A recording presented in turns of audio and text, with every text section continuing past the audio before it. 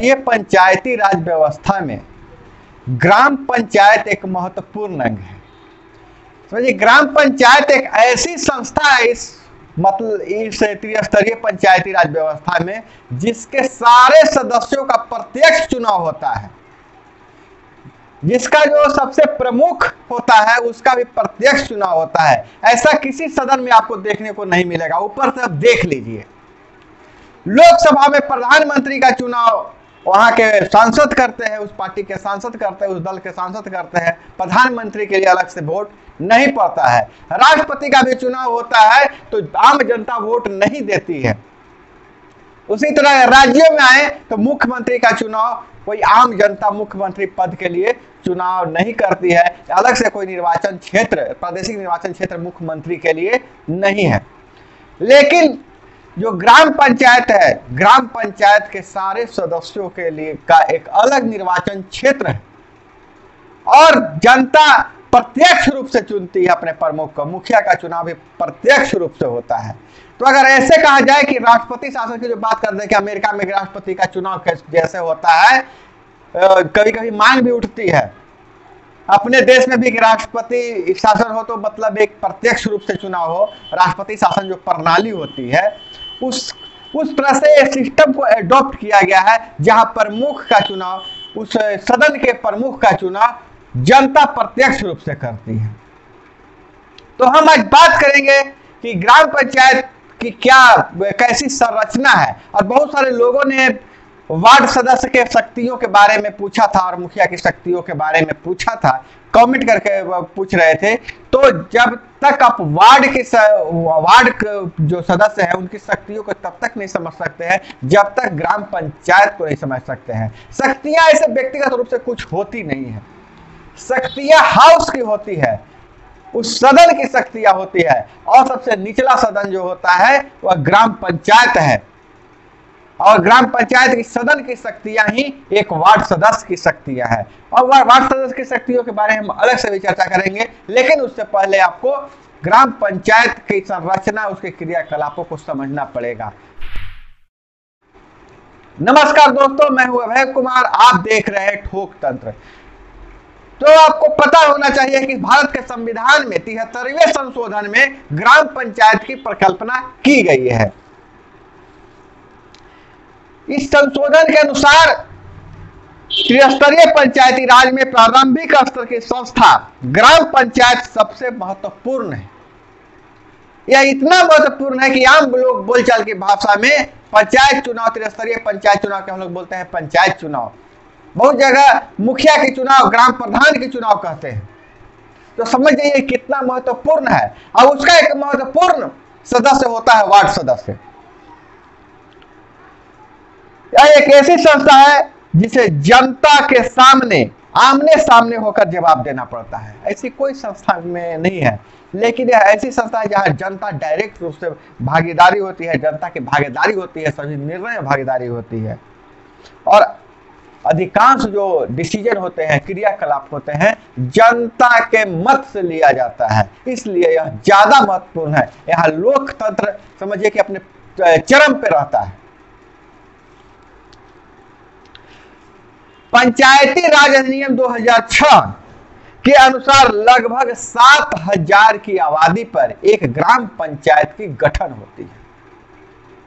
और यह गठन जो होता है उस इलाके के डीएम के अनुशंसा पे होता है, उस जिले के डीएम के अनुशंसा पे होती है। और जो संस्था है, जो ग्राम पंचायत में एक या एक से अधिक राजस्व ग्राम हो सकते हैं, रेवेन्यू विलेज हो सकते हैं और उसको भी बांटा गया है, ग्राम पंचायत को भी बांटा गया है।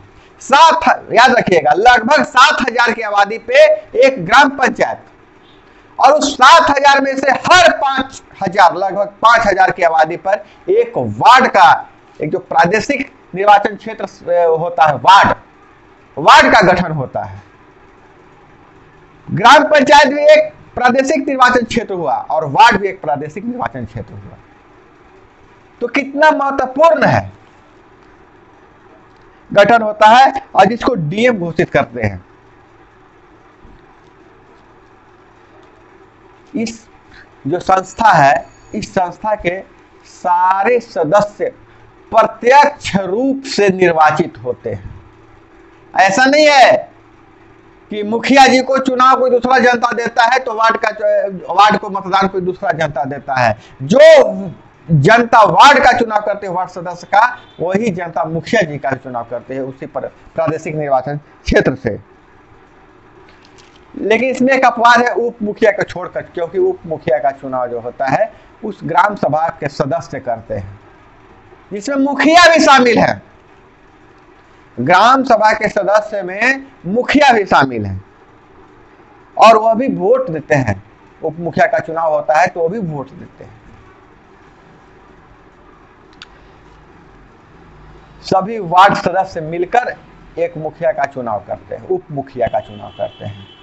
और यह बात अलग है कि उसमें मुखिया जी भी वोट करते हैं, उनका भी वोट लिया जाता है।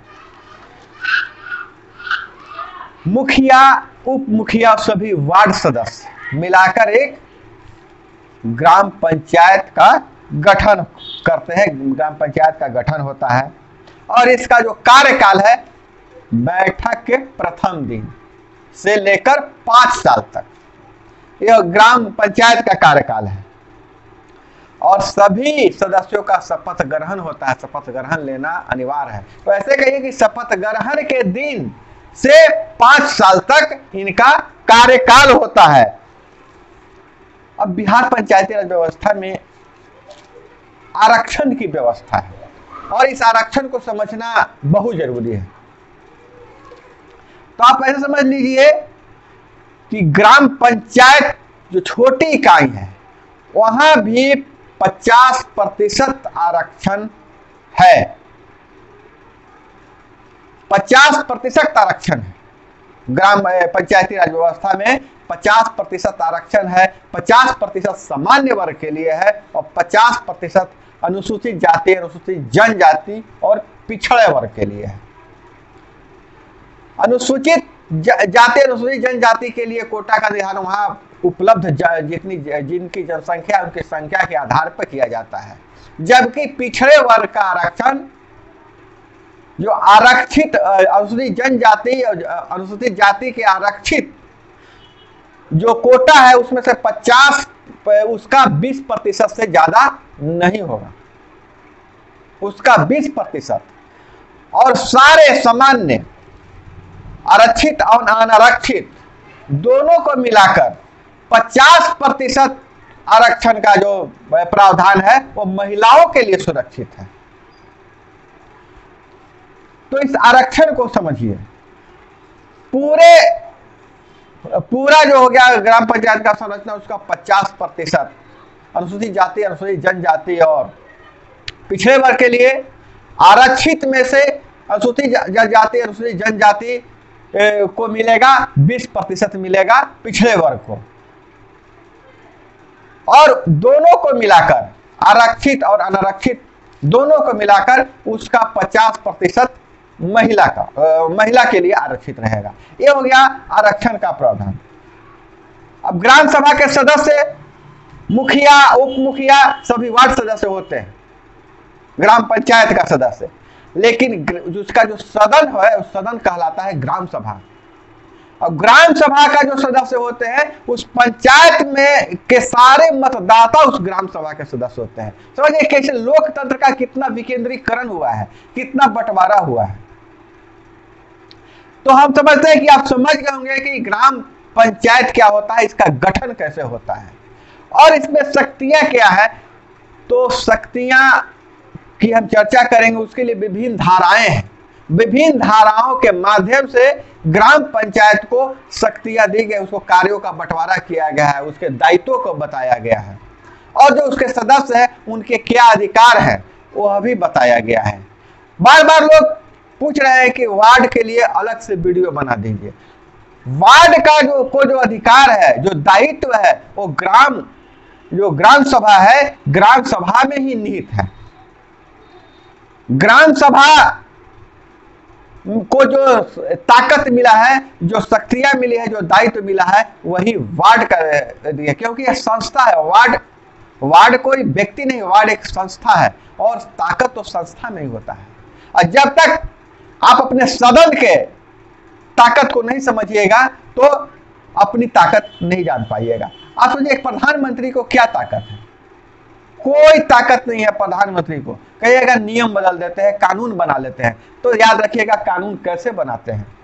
कानून बनाकर उसको सदन में पेश करते हैं, सदन जब पारित करता है तो कानून पास हो जाता हो, तब वह कानून बन जाता है। इसलिए ग्राम सभा की ताकतों को समझना जरूरी है। और वार्ड तो सबसे छोटी इकाई है लेकिन बहुत पावरफुल यह पद है वार्ड का। वार्ड अगर नहीं चाहे तो एक पत्ता भी पंचायत में नहीं हिलेगा। तो वार्ड के सारे ताकत, सारे शक्तियों को बताएंगे अगले वीडियो में। हम बताएंगे जब ग्राम पंचायत की और ग्राम सभा की ताकत और उसके उत्तरदायित्व को बताएंगे, तो उसमें आपको पूरी वार्ड का जो कॉन्सेप्ट है वो क्लियर हो जाएगा। तो दोस्तों, इस तरह के वीडियो देखते रहने के लिए आप मेरे चैनल को अभी तक सब्सक्राइब नहीं किए तो सब्सक्राइब कर लीजिए। वीडियो पसंद आए तो लाइक वाला बटन जरूर दबा दीजिएगा, क्योंकि आपका लाइक से मुझे उत्साह मिलता है, फिर मैं और अध्ययन करके नया नया वीडियो बनाता हूं। तो दोस्तों, मिलते हैं अगले वीडियो में। तब तक के लिए जय हिंद, वंदे मातरम।